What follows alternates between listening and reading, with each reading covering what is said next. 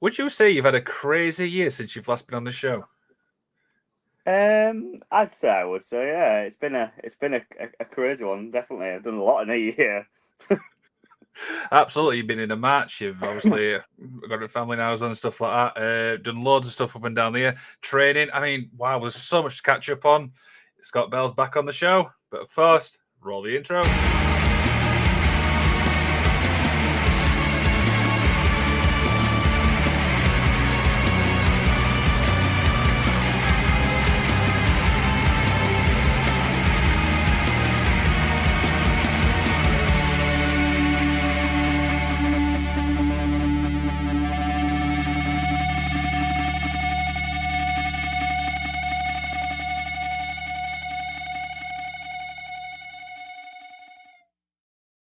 Scott, it's great to have you back on the show, my friend. How you doing?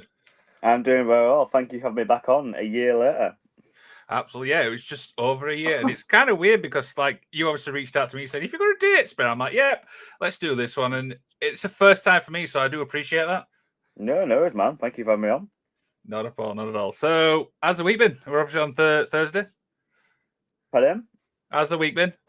It's been all right. It's been a busy one with work and stuff. And then had NGW this past Sunday, so I haven't really had much time to like just chill. But yeah, it's same old, same old. Like with work, it's just stressful, but it's nice to have that little bit of downtime with like the guys and girls that like wrestling and stuff like that, and just sit back and chill and just shoot the shit. Really, Shoot the shit. We're already two shoot the minutes in. shit. So I love it. Bleep it out. Nah, we don't do that stuff here. We just talk freely, all right? Dude, like I said, it's been obviously a year, and like I said, a lot's happened. I mean, like I said, you've had a match and stuff like. I mean, how would you sum basically the year up? It's been a crazy one so far. It's been a busy one, definitely. Like I've just reached a milestone of like 800 matches so far. Like in my refereeing career, it doesn't seem a lot when you span it over like what six and a half years now, but for me it's a little milestone. And like I think I've had my 800th match in my 200th show, so the numbers even up quite nicely.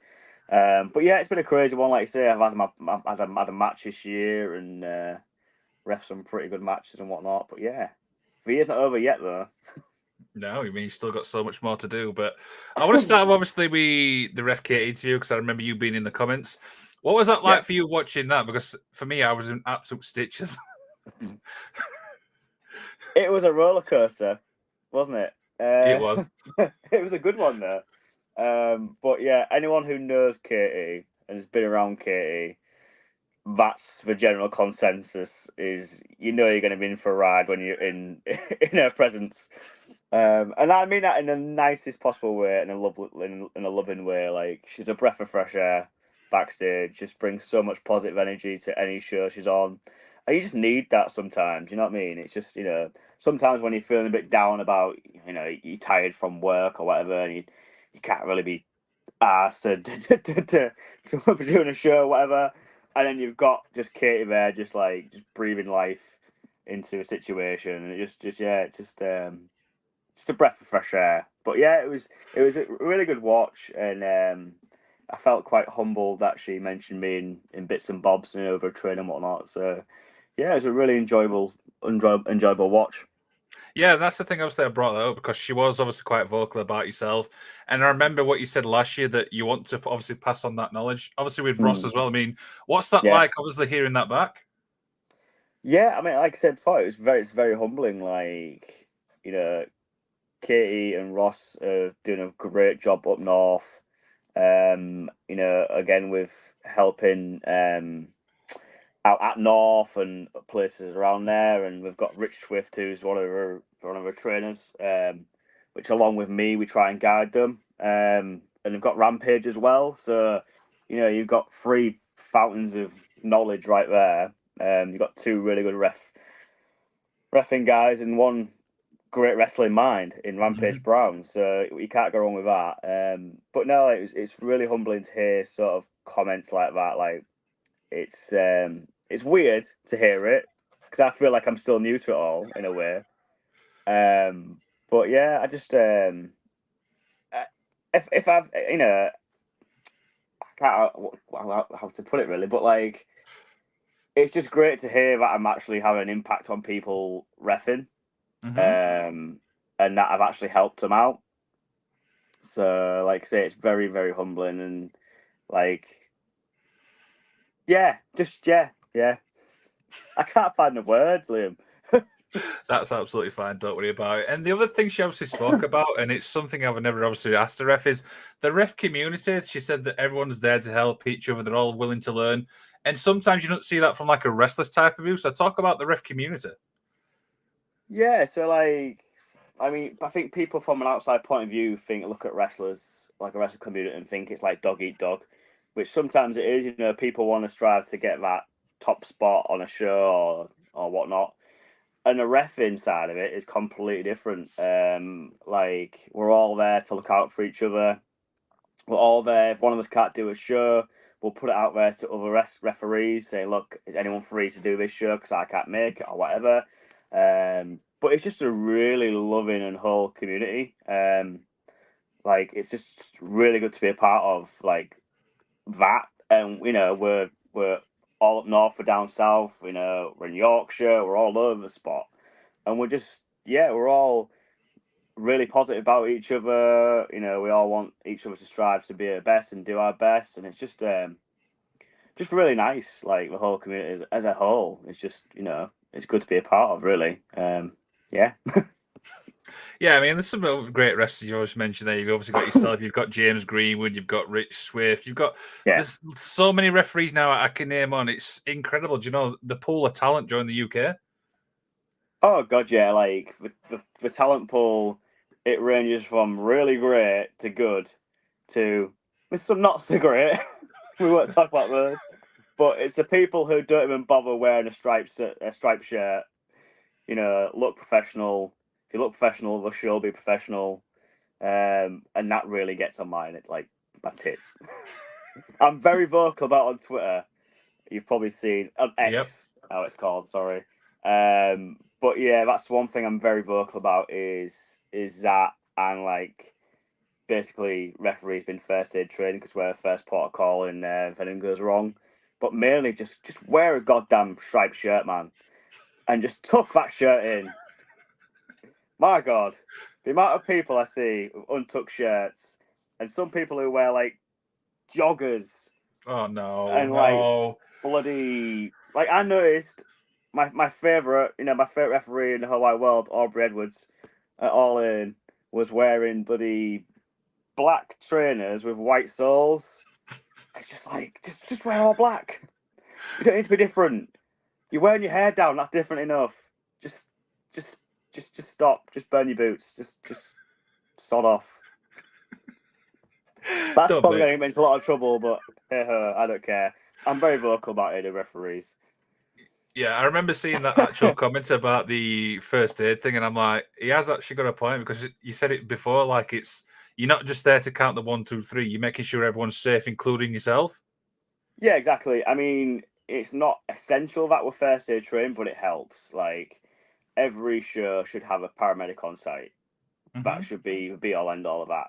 But like you say, we are the first port of call in that sense of we need to decide whether we need to stop this match or let it go. We've got to make that decision. If someone's concussed and we don't recognise that, then it could do some real damage. You know what I mean? It's there's a lot more to our job than counting a 1, 2, 3.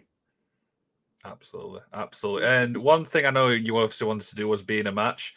And I remember you sending me this, and I thought, wow, this is interesting. Talk about obviously the build up with this. So there's an interesting story with this one. And the story also involves, on the photo there, it says that someone's going to be in Darwin's corner. Yep. But we'll get to that. So basically, we had the Rise Steel Cage show at Peddler Warehouse in Sheffield. And there was a match with Darwin and Heidi Katrina inside a steel cage. And before this, me and Darwin had been back and forth, like I'd been pedigreed many times. So we get to a steel cage match, and he pedigrees Sandy in the ring. Mm-hmm. And for some reason, we just lock eyes. and just give each other really like evils, and it's caught on camera, and we've got this moment there. So I was just like, just dropped a message to Darwin. I was like, we may have something here. Any chance we could maybe put it into an angle and maybe go forward and have a match? And he's like, leave it with me. Less than a day later, comes back. Oh, Dan says that's great. We'll do the match. We'll do it for the next Rise show, which was literally less than a month away. And I'm like, shit. I'm expecting this soon. So yeah, we got the ball rolling with that.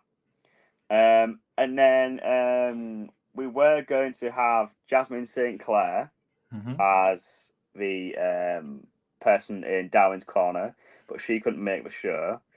And then we had this woman who's, how can I describe her?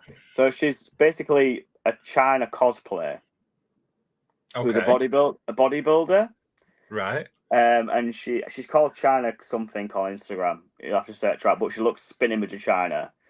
And basically, Darwin had her booked to be in his corner, only for her to say she doesn't feel like it the day before. So we've had all this build up of having someone in Darwin's corner to then end up not having anyone in Darwin's corner.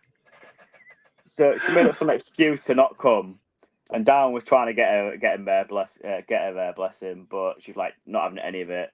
So I was like, well, let's make it work. And if you've seen the footage, you've seen the match, I think we made it work, like with me and Sandy in there.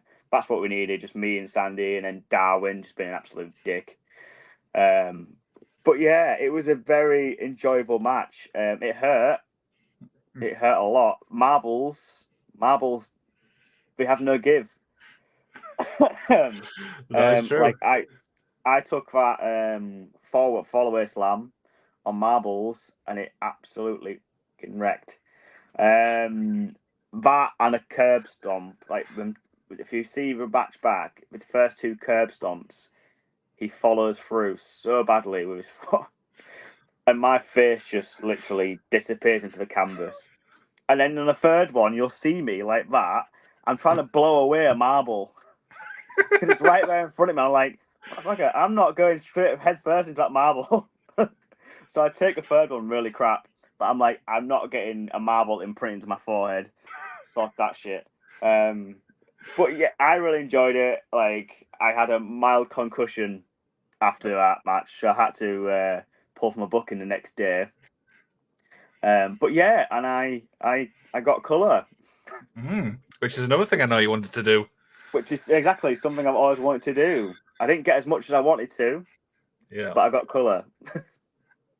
Yeah, but I mean, everyone's like I said, Mark Brown obviously was a big fan, obviously, of the show and stuff like that. Yeah. He sent me a lot of the images. I mean, you can see it right there. Do you know what I mean? You just being you. Was it more challenging because it was a no DQ match as well? No, it made it easier. It made it so much easier. Like I had all these little spots envisioned in my head. Like I came up with a table spot. The fire extinguisher spot. There was a lot of spots I came up with, surprisingly. And then we sort of came together and just sort of mishmatched it. Like, I think we did a really good job of it. I think we got the reaction we wanted, the reaction we needed. Some people said it was the best match of the night. So I can't say fairer than that. Like, I'm quite humbled that people thought that. And I came out to Creed. So that's one thing off my bucket list. Brilliant. And Mark obviously said that following your cracking match at Rise, is this going to be a one-off, or can we see you back in the ring at some point? Never say never. Like, I want to do a best of 3 with Darwin at some point. I say best of 3.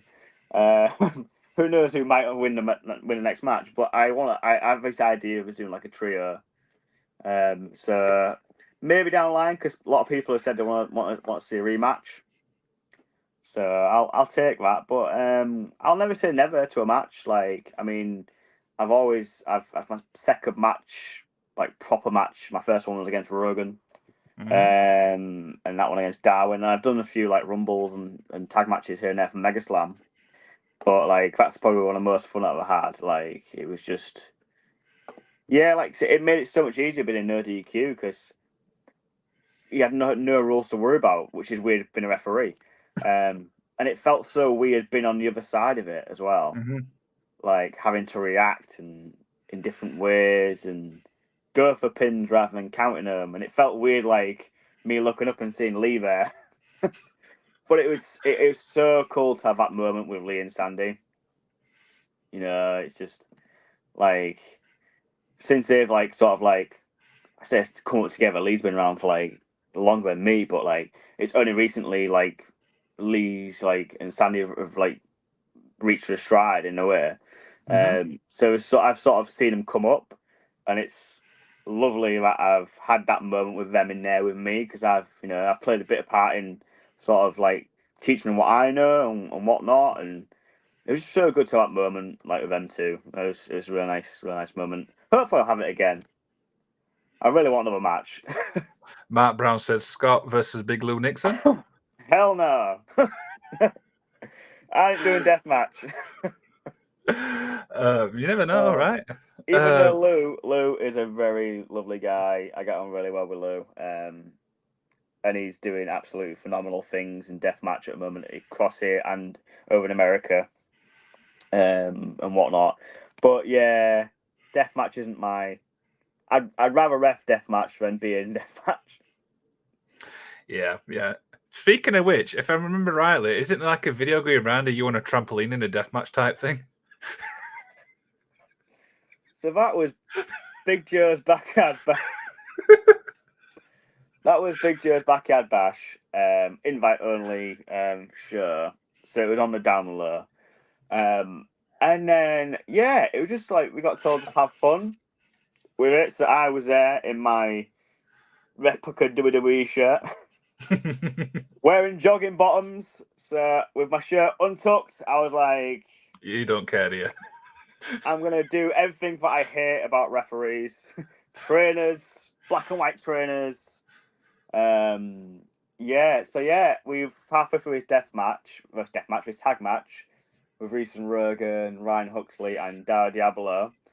And we got to the outside, and there's a trampoline. So I was like, why should I just stay in the ring until I'm getting a ring? I want to have fun myself. So I went on a trampoline, had a bounce. I got my cardio in. That's the main thing. The funny thing was that I was living my best life.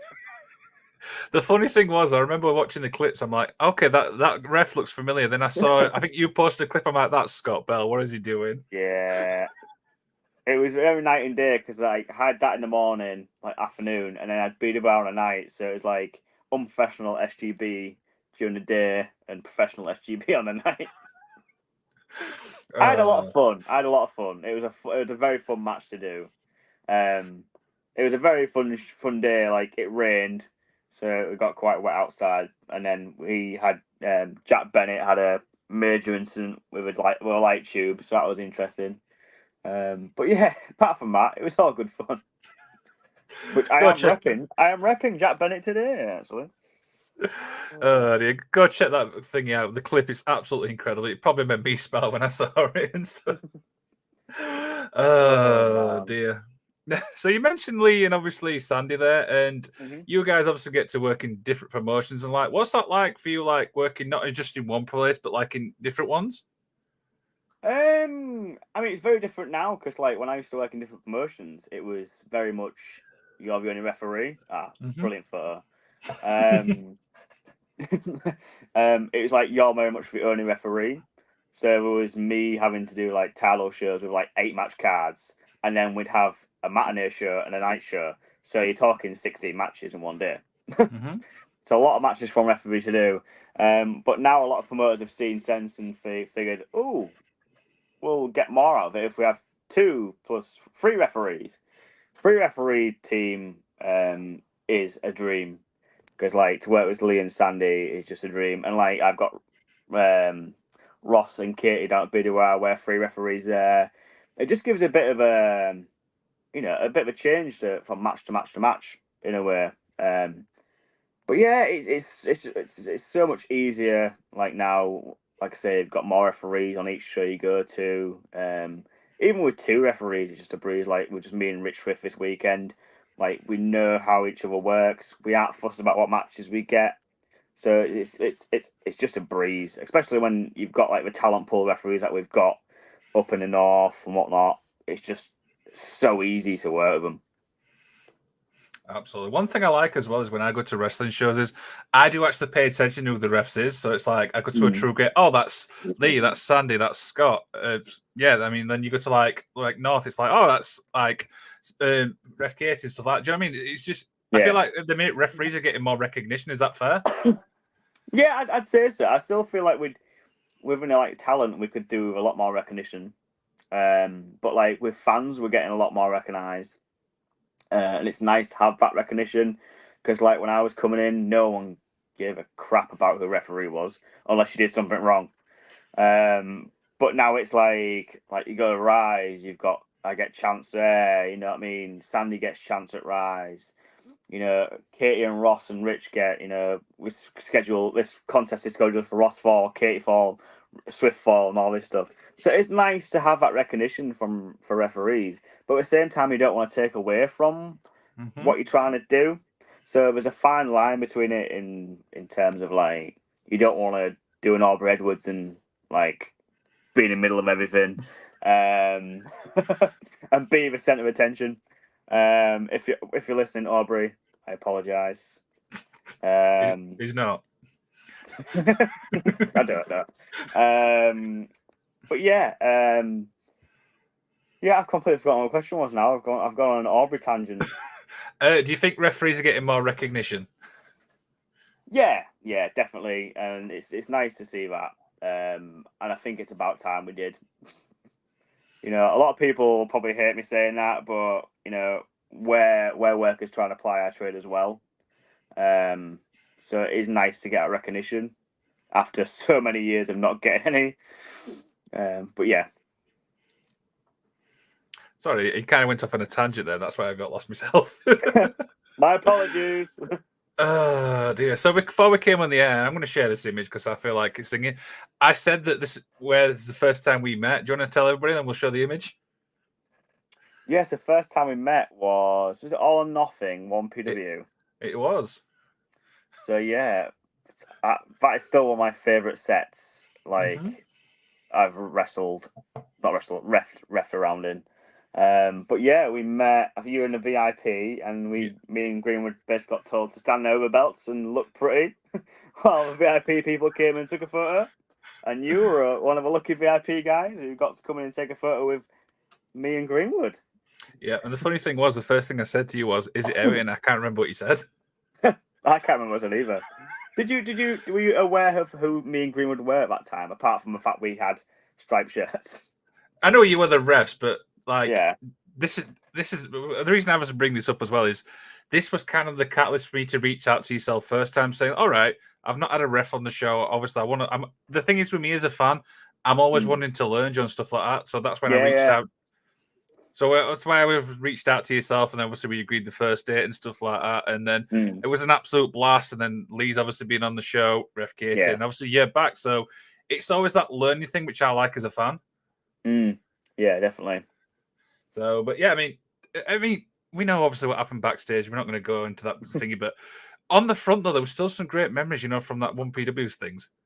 Oh God, yeah. Like I was saying to you before we came on air, like if it was one of them what ifs, like what could have been, like if it hadn't gone to pot, it would have been a really great company to work for, and like I ref some really great matches, which I'm always going to be grateful for, and I think that's where I sort of peaked in my career. It's all downhill from there. But yeah, I'll always be, forever grateful for that, and to Adam, who was part of 1PW and obviously owns BWR, who I'm still always forever grateful for giving me his opportunities and sort of making me head ref there and whatnot, and allowing me to ply my trade there, every month. But yeah, it's just sad to say that it came to a very abrupt end for certain reasons. Everyone knows what happened, but it was just such a shame it had to happen that way. And if you ask the person who was responsible for it, he'll say, "Oh, it was so and so, so and so." So you'll never get a straight answer out of him. But yeah, it was just such a shame. I hope something big like that comes back at some point. Not necessarily 1PW because that needs to be just dead and buried now. Yeah, it's been back too many times. Yeah, and one of my favourite matches, and I remember Katie obviously commenting on the Instagram post, which was Go Scott. Not a question, but Scott had a beautiful Osprey versus Robbie X match. Just rewatching it for homework. All or nothing. Weirdly enough. Yeah.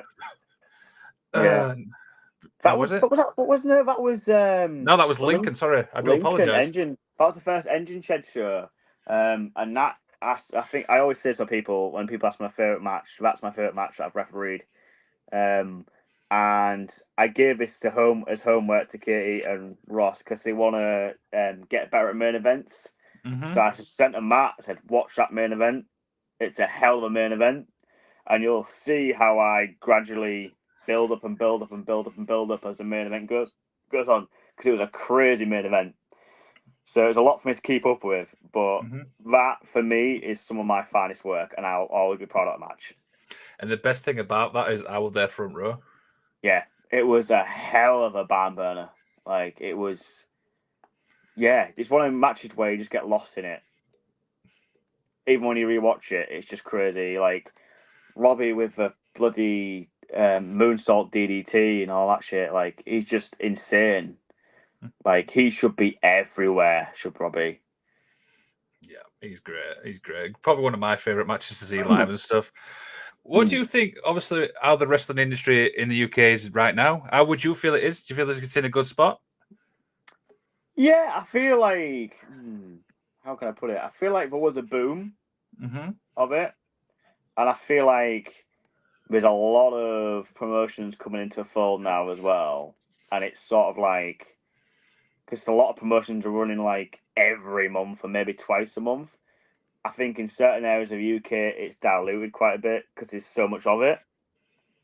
But in general, I think it's in a very good place at the moment because majority of places are selling out. And back when I first started training, you wouldn't get many places sell out. So, you know, I think it's good that we're back in this boom, but we don't want to fall into that trap of, we'll go jump on this because it's going really good, and then we'll just dilute everything. And you know what I mean? You don't really get too much of it. It goes back to the thing of like too much like wrestling to watch, like AEW, WWE, too many shows. You know, you want that thing to look forward to maybe once every 2 months or once a month, or that thing to build up to, rather than diluting your product over like a full month, like having 2 shows a month or whatever. But like, I'm going on a tangent again here, but so yeah, in general, it's just in a really good place at the moment. And it's great to be a part of it. Absolutely. Sorry, I didn't want to interrupt there because I know when you go on a tangent, you just go. It's all right. My apologies. That's fine. So a couple of people obviously asked about your merch. Now, I've got the actual shirt here, by the way. This is the last one, which you did last time, by the way. I don't know if you can see that. Yeah, it is. Somebody said, will we see some more merch? Probably not, no. The amount of stick I got for that merch. Like, oh, Ref Bump King. Oh. And since I put out that shirt, I've had like hardly any bumps. So in a way, it's been a blessing. But yeah, probably no more merch. Like, that was for a really good cause. I think I raised over... I can't remember total now, but I raised quite a bit for charity for Mind. So it was nice to be able to do that. You know, it's something quite close to my heart. But yeah, it's nice to say that I've actually had some merch out as well. Never say never. And it's a really good design by Fast Count. So. It is. It's an amazing design. That's why I obviously picked it up myself. Took me 3 months to get it, like, but we just weren't on the same show. Worth a wait, Liam. Worth a wait. It was. It's an incredible shirt. Absolutely recommend it to anyone and stuff like that. Thank you, man. No worries. So I'm just trying to think now. So a couple more questions, obviously, people have sent in and stuff. What do you think the next big referee is to watch? Next big referee. God, there's so many coming up. Like for myself, selfishly, Ross and Katie Mm-hmm. are ones to watch. Katie is just excelling at everything she's doing, like with ICW and whatnot, and it makes me really proud to see how she's doing, and that I've got a hand in helping her hone her craft along with Rich Swift. And the same with Ross, like he's doing so much up in the north now. And like I can't wait to see where they are in a year's time. Like I've told them, you'll reach a boom in your career and it'll just skyrocket and skyrocket and skyrocket, and you'll love every minute of it. Sandy Beaches is one to watch. Like she's got WS this weekend. You know, I've told her like, you know, a lot of people looking out for it and watching it. You know, it could do really good things for her reffing career and whatnot. And like I said earlier, Lee's coming really into his stride. I know he's been doing it for a long time, but he admitted himself on a podcast I watched not long ago, I think it was. But he feels like he's just coming into his stride in this past year or two, and that's been great to see. And again, it's been great to help out with those guys as well. But yeah, mainly those guys. Like I'm just saying that selfishly because I've got, I'm helping out those guys. But I'm sure there'll be a few to watch from Greenwood's side as well. Like he's doing good things over there, those guys. But yeah, mainly those core four. I mean, another one I've got to mention is Danny Marks as well, who's doing great things at FFW. He's a great guy with a great work ethic. I've got so much time for Danny. He's one of them guys who always asks for feedback and always takes it on board and tries to apply it to his trade. And that's great to see because you give a lot of people feedback and they don't give a flying F about it and then carry on doing the same shit we were doing before. And they don't want to grow and get better. But Danny he excels and excels and excels and he listens, which is really great. But yeah, just mainly those guys, really. Like, I can't wait to see whereabouts will be in a year's time when I'm starting to wind down. And it kind of leads back to what we said, like at the start, is everyone's there, to help each other, like you mentioned, like at the start.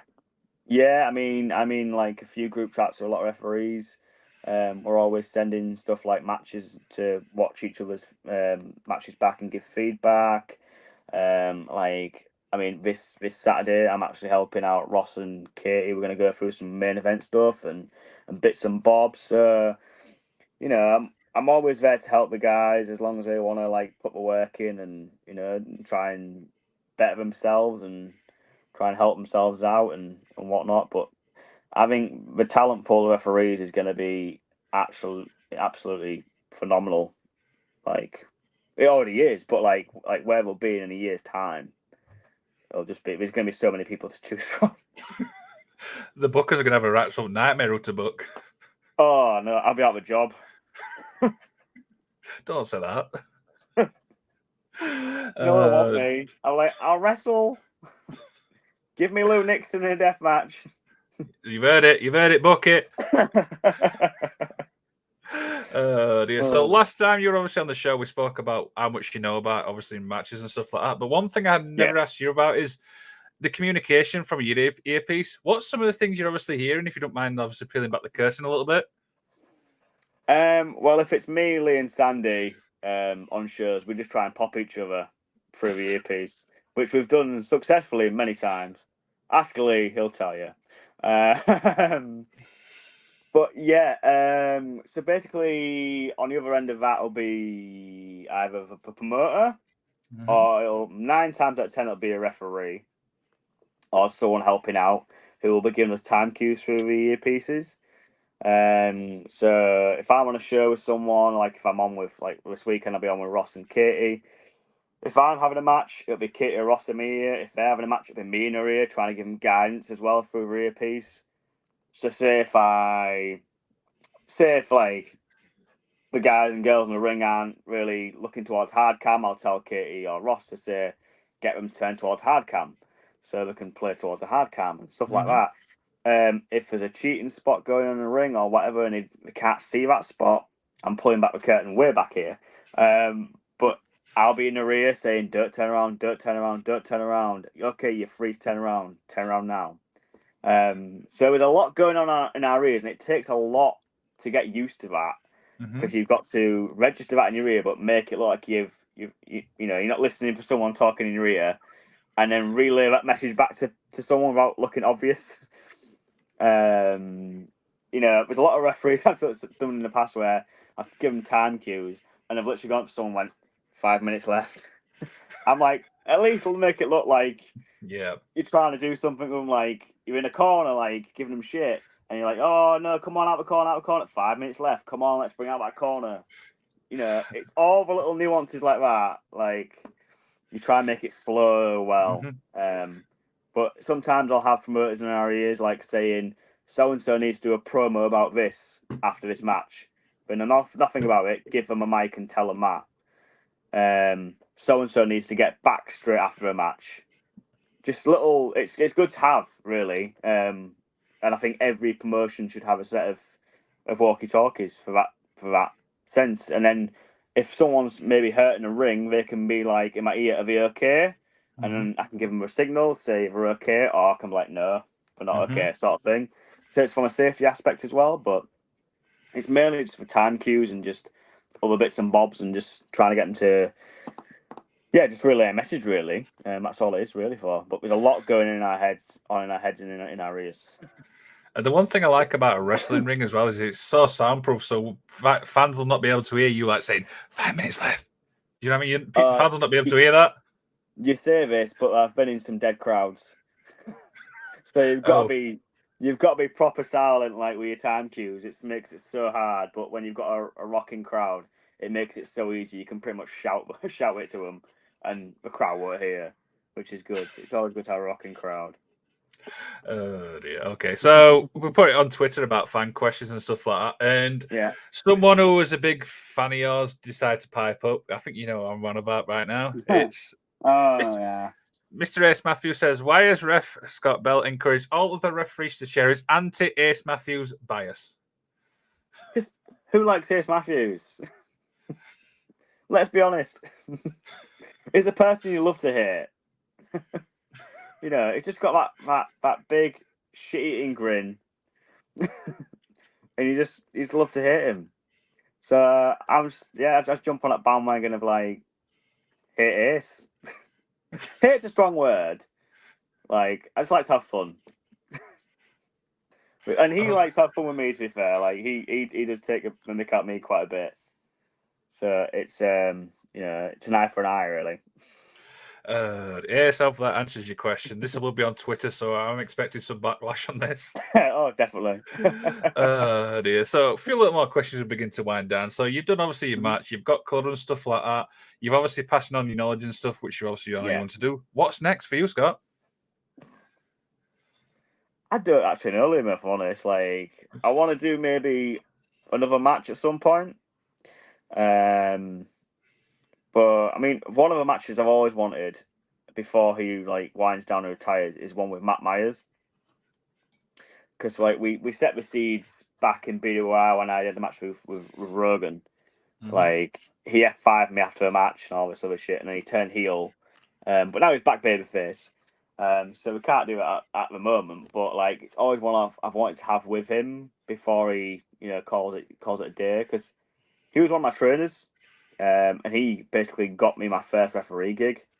So I feel like it's been a really cool full circle moment for me to have that moment with Matt. Again, I'd love to have another match with Rogan because he's one of my best friends in wrestling. But yeah, and again, I'd love to have another match with Darwin. I think we've got scale there to do more.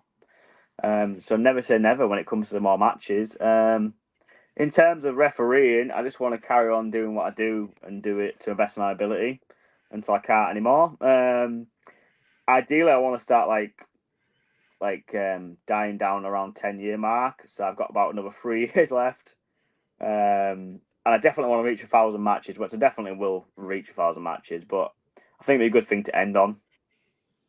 Yeah. You know what I mean? Before the wrestling war gets overridden by all these new great referees. Are we going to be toning down on the bumps though? I wouldn't say toning down. I'm a sucker for a bump. especially if it's a Brady Phillips match. Oh, I saw that bump. Oh my god, that looked like it hurt. The pile driver. Yes. Oh yeah, it hurt. I had no time to react whatsoever. He just fucking deadlifted me, and I was like, "Oh, purse here." Nope, straight down my head, and then my legs just folded like an accordion. Like I was like, "Oh god," and then I couldn't move the day after. I remember where I was with that as well. I was talking to Stevie Aaron, and then True Grit was obviously on YouTube, and I was watching it, and I saw the actual bump. I'm like, "Oh my god, that look!" I think I messaged you saying, "Scott, that looked like it hurt," and I think you said something like, "It frigging killed." Yeah, it wasn't great. It wasn't, but don't tell Brady that. I told him it was all right, and I manned up and said, "Yeah, it's fine. It's fine. Don't worry about it." But I was dying inside. Absolutely. Now, you mentioned True Grit. Now, you sent me some promotional stuff to promote. So we've got True Grit coming up. Talk about this one. Yeah, True Grit from me left bank in Leeds. It's been a while since I've been back at the left bank because my dates haven't sort of lined up or I've been busy with other shows. Left bank's an absolutely amazing venue. I don't know if you've been to left bank, have you? I've not been to left bank. I've been to the school one. Yeah, you need to get yourself to left bank because it is amazing. It's no church, so it's an absolutely insane venue. But yeah, we've got main event Brady Phillips versus Inserico for the True Grit Championship, and that's on the 20th of September. So And then, only a couple of weeks' time. of course, and then the next one, BWR. BWR, place I like to call my second home. Yeah, BWR Last Stand coming up this Saturday from Memorial Hall in Cleethorpes for a big main event with Nathan Cruz and Scotty Rourke. Check that out. Check it out. I need to get to a BWR show. I'm just so busy, with a lot of things. Have you never been to a BWR show? No, it's on my bucket list. Oh, you are missing out. Like it is a whole different atmosphere. Like it's insane. It's some of the best shows that I've refed on. It's just a whole different ball game at Cleethorpes. It's like being in Morecambe. Morecambe is just insane for wrestling. Like the saying is, it's still really Morecambe, and by God, it is real to them in Morecambe. Like I remember one guy who was like for John Cena of Morecambe, Ryan Hunter. He turned heel. I saw people in the crowd crying and taking the Ryan Hunter t-shirts off and throwing them at him. Oh wow! Like it's proper real in Morecambe. BWR all the way. Yeah, I'm sure I'll see Mark there on Saturday. You will. So, Scott, this has been an absolute blast. Thank you so much for being my 50th interview. No, thank you for having me, and yeah, I'm privileged that I could be number 50. Absolutely. So, a lot of fans gave me this idea, and I'm going to end with this. So, next week I've got Keg Stacker. So, I'm going to ask you a question. Have you got a question for Keg? You want me to ask him? Go ahead. Oh, so I've only ref Keg once, and that was at Big Joe's Backyard Bash. And he wrestled a whole death match wearing his glasses. So what? Ask him about how that experience was. And he's like, I turned to him and I said, "Do you want me to hold your glasses for you?" He's like, "Nah, I need them to see." I'm like, "Did you forget your contact lenses?" Aye. What the hell? I'm like, they're gonna get this, and lo and behold, they did. But yeah, it's the first time I've seen someone wrestle a full death match wearing their glasses. I'm surprised it didn't come off. So they did come off in the end, and they broke. I was like, "Told you so." So ask him about that experience. Okay, that's the question I will ask him next week. I believe that was his first death match as well. Okay, yeah. So, like I said, Keg's obviously on the show next week. We're going to be asking him about glasses in a death match. So that's going to be fun. Dear Scott, again, thank you so much, my man. I will obviously send you all this stuff, and yeah, good luck at everything you do, my man. Thank you, man. Take care. Cheers, guys.